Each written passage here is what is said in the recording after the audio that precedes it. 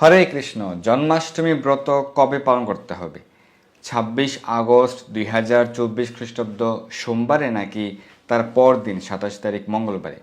এই সম্পর্কে যদিও আমরা আলোচনা করেছিলাম, তবুও আমরা অনেক প্রশ্ন পেয়েছি যে কোন দিন ব্রত পালন করতে হবে, বিশেষ করে যারা ভারতে রয়েছেন, বাংলাদেশে রয়েছেন, সেক্ষেত্রে কবে ব্রত পালন করতে হবে সেই সম্পর্কে আজকে আমরা সঠিকভাবে শাস্ত্র সিদ্ধান্ত অনুযায়ী পুঙ্খানুপুঙ্খভাবে জানব।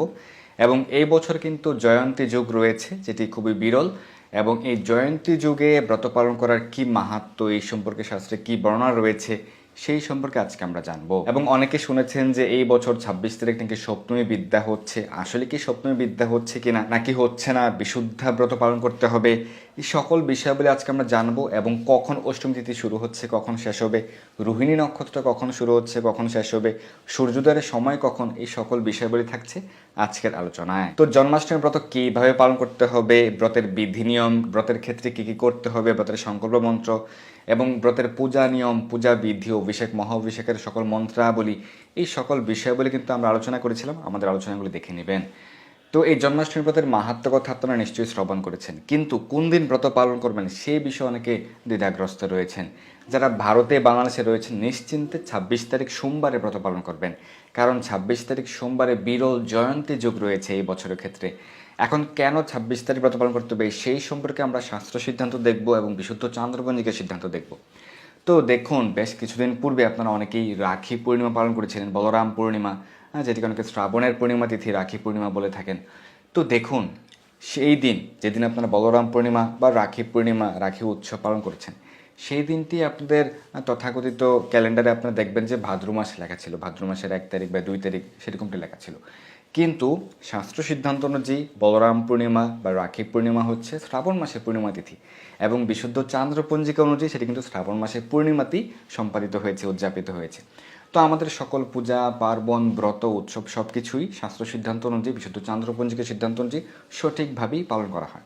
তো সেই কারণে বিশুদ্ধ চান্দ্রপঞ্জিকার সিদ্ধান্ত অনুযায়ী আমরা দেখব যে কখন অষ্টমী তিথি শুরু হচ্ছে, কখন শেষ হচ্ছে, রোহিণী নক্ষত্রের সময়সূচি এবং কোন দিন ব্রত পালন করতে হবে।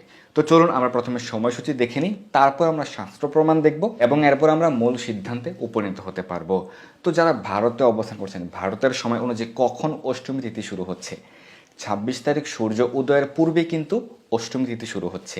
এই যে সময়সূচি, সেটি হচ্ছে ভারতের সময় অনুযায়ী অষ্টমী তিথি শুরু হবে 26 তারিখ ভোর 3টা 39 ঘটিকায় এবং অষ্টমী তিথি শেষ হবে পরদিন রাত্রি 2টা 19 ঘটিকায়। রোহিণী নক্ষত্র বিকেল 3টা 55 থেকে শুরু 26 তারিখ এবং শেষ হবে পরদিন বিকেল 3টা 38 ঘটিকায়। 26 তারিখ সূর্য উদয়ের সময় হচ্ছে ভোর 5টা 19 ঘটিকায়। তার মানে সূর্যোদয়ের প্রায় 2 ঘন্টা সময় পূর্ব থেকেই অষ্টমী তিথি শুরু হয়ে যাচ্ছে, তাই এটি সপ্তমী বিদ্যা হচ্ছে না। বাংলাদেশের সময় অনুযায়ী অষ্টমী তিথি শুরু হবে 26 তারিখ ভোর 4টা 9 ঘটিকায় এবং এটি থাকবে পরদিন রাত্রি 2টা 49 ঘটিকা পর্যন্ত। রোহিণী নক্ষত্র বাংলাদেশের ক্ষেত্রে 26 তারিখ বিকেল 4টা 25-এ শুরু হবে এবং এটি সমাপ্ত হবে পরদিন বিকেল 4টা 8 ঘটিকায়। এবং সূর্য উদয়ের সময় হচ্ছে ভোর 5টা 38 ঘটিকায়, তার মানে সূর্য উদয়ের অনেক পূর্বে কিন্তু অষ্টমী তিথি শুরু হচ্ছে। তো শাস্ত্র সিদ্ধান্ত অনুযায়ী এই জন্মাষ্টমী ব্রত পালনের ক্ষেত্রে হিসেব করা হয় কখন সূর্যোদয় হলো।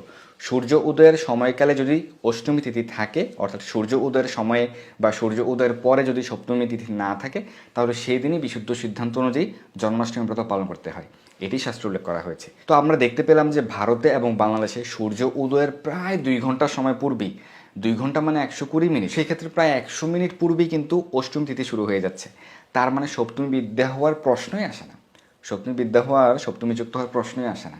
তার মানে এটি বিশুদ্ধ অষ্টমী তিথি এবং এই ক্ষেত্রে রোহিণী নক্ষত্র যুক্ত হচ্ছে। সূর্য উদয়ের পূর্বে কিন্তু অষ্টমী তিথি শুরু হচ্ছে এবং সারা দিন রাত অষ্টমী তিথি থাকছে এবং পরদিন মধ্যরাত্রির ক্ষেত্রে, মধ্যরাত্রি পার হয়ে আরও বেশ কিছু সময় পর্যন্ত থাকছে অষ্টমী তিথি এবং এরপরে নবমী যুক্ত হচ্ছে।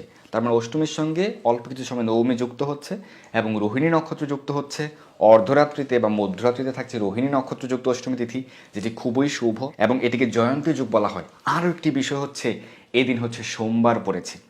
তো শাস্ত্রে এর অনেক মাহাত্ম্য বর্ণনা করা হয়েছে, আমরা শাস্ত্র প্রমাণ দেখব। তার মানে দেখুন কী কারণে 26 তারিখ ভারতে বাংলাদেশে ব্রত পালন করতে হবে এবং এটি অত্যন্ত শুভকর। যারা 26 তারিখ ভারতে বাংলাদেশে ব্রত পালন করবেন তাদের সকল বিগত 3 জন্মের সকল প্রকার পাপ ও ফল থেকে তারা মুক্ত হতে পারবেন এবং তারা ভগবত ধাম বৈকুণ্ঠ ধামে গমন করতে পারবেন। তারা তাদের কোটি পিতৃকুল, তাদের কোটি পূর্বপুরুষকে তারা উদ্ধার করতে সক্ষম হবেন এবং তারা কোটি যজ্ঞের ফল লাভ করতে পারবেন। আমি যা বলেছি সেই সম্পর্কে সরাসরি শাস্ত্র প্রমাণ রয়েছে, আমরা শাস্ত্র প্রমাণ কিন্তু আলোচনা করব। তো সেই কারণে 26 তারিখ মহা অষ্টমী তিথি রয়েছে, যেটিকে মহা জয়ন্তী যোগ বলা হয়। সোমবার পড়েছে, সোমবার অথবা বুধবার পড়লে সেটিকে জয়ন্তী যোগ বলা হয় এবং রোহিণী নক্ষত্র যুক্ত হলে, বিশেষ করে মধ্যরাত্রিতে বা অর্ধরাত্রিতে রোহিণী নক্ষত্র যুক্ত হলে এবং শেষের দিকে অল্প কিছু সময় নবমী তিথি যুক্ত হলে, তো সব দিক মিলিয়ে এটি খুবই বিরল যোগ হয়েছে এই বছর 26 তারিখ। খুব সুন্দরভাবে সঠিক সিদ্ধান্ত অনুযায়ী সঠিক নিয়মে আপনারা ব্রত পালন করতে পারেন যারা ভারতে বাংলাদেশে রয়েছেন। কিন্তু অনেকে জানতে চাচ্ছেন ব্রাহ্ম মুহূর্তে কি অষ্টমী তিথি রয়েছে? যারা পশ্চিমবঙ্গে রয়েছেন সেক্ষেত্রে ব্রাহ্ম মুহূর্তেও থাকছে অষ্টমী তিথি, কিন্তু এই জন্মাষ্টমী ব্রত পালনের ক্ষেত্রে গুরুত্ব প্রদান করা হয়েছে সূর্যোদয় তিথি। এই সম্পর্কে শ্রী হরিভক্তি বিলাসে সরাসরি প্রমাণ রয়েছে যে শুধুমাত্র একাদশী ব্রত পালনের ক্ষেত্রে আমরা ব্রাহ্ম মুহূর্ত সময়টিকে খুব বেশি গুরুত্ব প্রদান করি, কারণ সরাসরি শাস্ত্র রেফারেন্স রয়েছে যে একাদশী ব্রতের ক্ষেত্রে কোন দিন একাদশী ব্রত পালন করতে হবে সেই সম্পর্কে শাস্ত্র প্রমাণ হচ্ছে যেই দিন সূর্য উদয়ের 2 মুহূর্ত সময় পূর্বে, অর্থাৎ সূর্য উদয়ের আগের মুহূর্ত, তার আগের মুহূর্ত হচ্ছে ব্রাহ্ম মুহূর্ত যেটি বলা হয়। প্রত্যেকটি মুহূর্ত 48 মিনিট স্থায়ী হয়। তো সূর্য উদয়ের পূর্বে 4 দণ্ড সময়, মানে যেটিকে 96 মিনিট বলা হয়, 2 মুহূর্ত। এই 96 মিনিট সময়ে অর্থাৎ ব্রাহ্ম মুহূর্তে, সম্পূর্ণ ব্রাহ্ম মুহূর্তে যদি একাদশী তিথি থাকে তাহলে সেই দিন একাদশী ব্রত পালন করতে বলা হয়েছে। সেই সময় যদি দশমী 1 মিনিটও থাকে সেটিকে দশমী বিদ্যা বলা হয়েছে, সেই ক্ষেত্রে পরদিন ব্রত পালন করতে হয়। কিন্তু একাদশী তিথি বা হরিবাসর তিথি ব্যতীত অন্যান্য সকল ব্রতের ক্ষেত্রেই সূর্যোদয় সময়টাকে বেশি গুরুত্ব প্রদান করা হয়েছে শাস্ত্রে।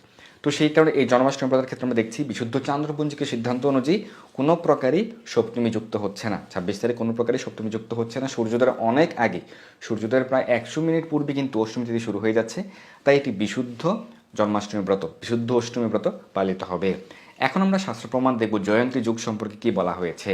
ভবিষ্যতর পুরাণ বচন উল্লেখ করে শ্রী হরিভক্তি বিলাসের পঞ্চদশ বিলাসে উল্লেখ রয়েছে, ভাদ্র মাসে কৃষ্ণপক্ষে অষ্টমীতে মধ্যরাতে চন্দ্র রোহিণী নক্ষত্র সহ বৃষ রাশিতে অবস্থান করলে এই জয়ন্তী যুগে উপবাস করিবে। এই বছর কিন্তু 26 তারিখ এই সব কেটে হচ্ছে। ভাদ্র মাসের কৃষ্ণপক্ষের অষ্টমী তিথি থাকছে বিশুদ্ধ অষ্টমী, তার সঙ্গে রোহিণী নক্ষত্র যুক্ত হচ্ছে, মধ্যরাত্রিতে অষ্টমী তিথি প্লাস রোহিণী নক্ষত্র থাকছে এবং বৃষ রাশিতে থাকছে চন্দ্র, অর্থাৎ চন্দ্র থাকছে বৃষ রাশিতে এবং হচ্ছে সোমবার। সব দিক মিলে এটি মহাজয়ন্তী যোগ হচ্ছে। পদ্মপুরাণ বচন উল্লেখ করে হরিভক্তি বিলাসের একই বিলাসে আরও উল্লেখ রয়েছে, শ্রাবণের রোহিণী যুক্ত অষ্টমীতে বুধবার বা সোমবারে তাহাতে আবার নবমী যুক্তা হইলে কুটি কুলের মুক্তিদাতা হয়।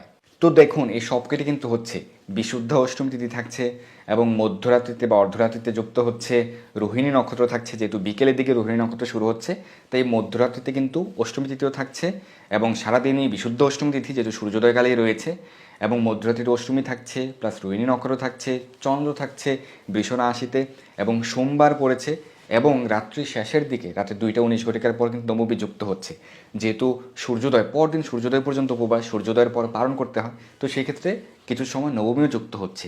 তো সেই কারণে এটিকে মহাজয়ন্তী যুগ বলা হয় এবং এই মহাজয়ন্তী যুগে যদি কেউ ব্রত পালন করেন তাহলে তিনি কোটি কুলের মুক্তিদাতা হন। অর্থাৎ এই ব্রত পালন করলে তার কোটি পূর্বপুরুষেরাও মুক্তি লাভ করতে সক্ষম হন। তাদেরকে ভগবান বিশেষ সুযোগ প্রদান করেন, ভগবান তাদেরকে বিশেষ কৃপা আশীর্বাদ প্রদান করেন। এই জয়ন্তী যুগের ক্ষেত্রে হরিভক্তি বিলাসে আরও উল্লেখ রয়েছে, জয়ন্তী যুগে যদি কেউ ব্রত পালন করেন তাহলে তার গত 3 জন্মের সকল প্রকার পাপ থেকে সে মুক্ত হতে পারে, সকল প্রকার পাপরাশি দূর হয় এবং সে জয় লাভ করতে পারে। সে সর্বপ্রকারে সকল অবস্থায় সে জয় লাভ করতে পারে এবং সে সুবিস্তর পুণ্যফল লাভ করতে পারে। যদিও ভক্তগণ পুণ্য লাভের আকাঙ্ক্ষী নন, কারণ পাপ এবং পুণ্য উভয়ই কিন্তু এই জড়জগতের বন্ধনের কারণ। ভক্তগণ শুধুমাত্র শাস্ত্র সিদ্ধান্ত সঠিকভাবে পালন করেন, ভগবানের সিদ্ধান্তগুলি সঠিকভাবে অনুসরণ করেন ভগবানকে সন্তুষ্ট করার জন্য। তাই তারা সরল চিত্তে ভগবানের নির্দেশ পালন করেন। কেন এই জন্মব্রত কেন পালন করেন? ভগবানকে সন্তুষ্ট করার জন্য। তার বেশি বেশি ভগবানের সেবায় যুক্ত হন, হরিনাম জপ কীর্তন করেন, ভগবানের সেবা পূজা আদি করেন, শাস্ত্র অধ্যয়ন করেন। এর মাধ্যমে শুধুমাত্র ভগবানের সন্তুষ্টির জন্য তারা কার্য সম্পাদন করেন। হরিভক্তি বিলাসের পঞ্চদশ বিলাসে আরও উল্লেখ রয়েছে, ভাদ্র কৃষ্ণ অষ্টমী রোহিণী যুক্তা হইয়া অর্ধরাত্র স্পর্শ করলে সেদিন সোমবার বা বুধবার হলে সেই জয়ন্তী যুগ উপবাসে কোটি জন্মার্জিত পাপ দূর হয়, কোটি যজ্ঞের ফল লাভ হয় এবং বৈকুণ্ঠ ধাম বাস হয়। দেখুন এই বিষয়টি কিন্তু আমি কিছুক্ষণ পূর্বে কিন্তু আপনাদেরকে বলেছিলাম যে শাস্ত্র প্রমাণ সহ আমরা কিন্তু আলোচনা করব, আমরা একটু দেখিয়ে দিয়েছি। তো সেই কারণে আপনারা অবশ্যই যারা ভারতে বাংলাদেশে রয়েছেন নিশ্চিন্তে সঠিক সিদ্ধান্ত অনুযায়ী 26 আগস্ট সোমবারে ব্রত পালন করুন। তাহলে আপনারা বিশেষভাবে ভগবানের কৃপা লাভ করতে পারবেন, আপনারা কোটি যজ্ঞের ফল লাভ করতে পারবেন এবং বৈকুণ্ঠ ধামে বাস করার সৌভাগ্য লাভ করতে পারবেন। আপনাদের পিতৃপুরুষেরও উদ্ধার লাভ করার যে সুযোগ সেটা কিন্তু ভগবান প্রদান করবেন। আর একাদশী তিথির ক্ষেত্রে যে ব্রাহ্মমুহূর্ত অবশ্যই বিচার করতে হয় শুধুমাত্র একাদশী তিথির ক্ষেত্রে, সেই ক্ষেত্রে সেই শাস্ত্র প্রমাণ চলুন আমরা দেখে নিই। শ্রী হরিভক্তি বিলাসে উল্লেখ রয়েছে, স্কন্দ পুরাণ বচন উল্লেখ করে দ্বাদশ বিলাসে, একাদশী হরিবাসর ব্যতীত সকল তিথি সূর্যোদয় থেকে সূর্যোদয় সম্পূর্ণা। গরুর পুরাণ বচন, শিবরহস্য বচন, ভবিষ্য পুরাণ বচন উল্লেখ করে শ্রী হরিভক্তি বিলাসের দ্বাদশ বিলাসে উল্লেখ রয়েছে, সূর্য উদয়ের পূর্বে 2 মুহূর্ত বা 4 দণ্ড বা 96 মিনিট একাদশী তিথি থাকলে সেই দিন ব্রত পালন করতে হবে। অর্থাৎ একাদশী তিথির ক্ষেত্রে ব্রাহ্মমুহূর্ত বিচারটি অবশ্যই করতে হবে, কিন্তু অন্যান্য সকল ব্রত বা তিথির ক্ষেত্রে অবশ্যই সূর্যোদয় বিচার করা হয়, অরুণোদয় বলা হয় এটিকে, অরুণোদয় বা সূর্যোদয় বিচার করা হয়। তো এই ক্ষেত্রে এই বর্তমান এই 2024 খ্রিস্টাব্দের ক্ষেত্রে জন্মাষ্টমী ব্রতের ক্ষেত্রে আমরা সূর্যোদয় বিচার করেছি এবং আমরা শাস্ত্র সিদ্ধান্ত আলোচনা করেছি এবং বিশুদ্ধ চান্দ্রপঞ্জিকা অনুযায়ী আমরা সময়সূচি দেখেছি, যেটি ইসকন জিবিসি সিদ্ধান্ত অনুযায়ী স্বীকৃত। তো সেই কারণে আপনারা সঠিক দিনে আমরা দেখেছি যে সিদ্ধান্তে আমরা উপনীত হতে পারি যে অবশ্যই যারা ভারতে বাংলাদেশে রয়েছেন নিশ্চিন্তে নির্দ্বিধায় 26 আগস্ট সোমবারে এই জন্মাষ্টমী ব্রত পালন করুন, ভগবানের সেবা পূজা আদি করুন। শাস্ত্রের আরও অনেক মাহাত্ম্য উল্লেখ রয়েছে। এই 26 তারিখ মধ্যরাত্রিতে যারা ভগবান শ্রীকৃষ্ণের সেবা পুজো অভিষেক করবেন তাদের প্রতি ভগবান অনেক বেশি প্রীত হবেন, তারা বৈকুণ্ঠ ধামে গমন করবেন, এটিও কিন্তু শ্রী হরিভক্তি বিলাস উল্লেখ রয়েছে। তো এইভাবে আপনারা সঠিক দিনে সঠিকভাবে ব্রত পালন করুন। 27 তারিখ ব্রত পালন করতে হবে বেশ কয়েকটি স্থানে, পূর্ব এশিয়ার কয়েকটি স্থানে।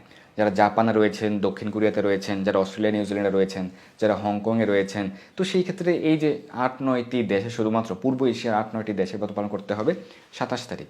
এছাড়া সারা পৃথিবীর বাদবাকি সকল স্থানেই, একদম ইউরোপ, আমেরিকা থেকে শুরু করে, আফ্রিকা থেকে শুরু করে, মধ্যপ্রাচ্যের সকল দেশ সহ ভারতের সকল স্থানে এবং এশিয়া মহাদেশের ক্ষেত্রে পশ্চিম এশিয়ার সকল দেশেই ব্রত পালন করতে হবে 26 আগস্ট সোমবার। আমরা আজকে বিশুদ্ধ চান্দ্রপঞ্জিকার সিদ্ধান্ত, সেই সময়সূচি, অষ্টমীতিথির সময়সূচি, রোহিণী নক্ষত্রের সময়সূচি, সূর্যোদয়ের সময় এবং শাস্ত্র প্রমাণ এবং এই যে মহাজয়ন্তী যোগ হচ্ছে এর যে মাহাত্ম্য, সেই সকল বিষয়াবলী আমরা আলোচনা করেছি। আমাদের সঙ্গে যুক্ত হওয়ার জন্য সকলকে অসংখ্য ধন্যবাদ।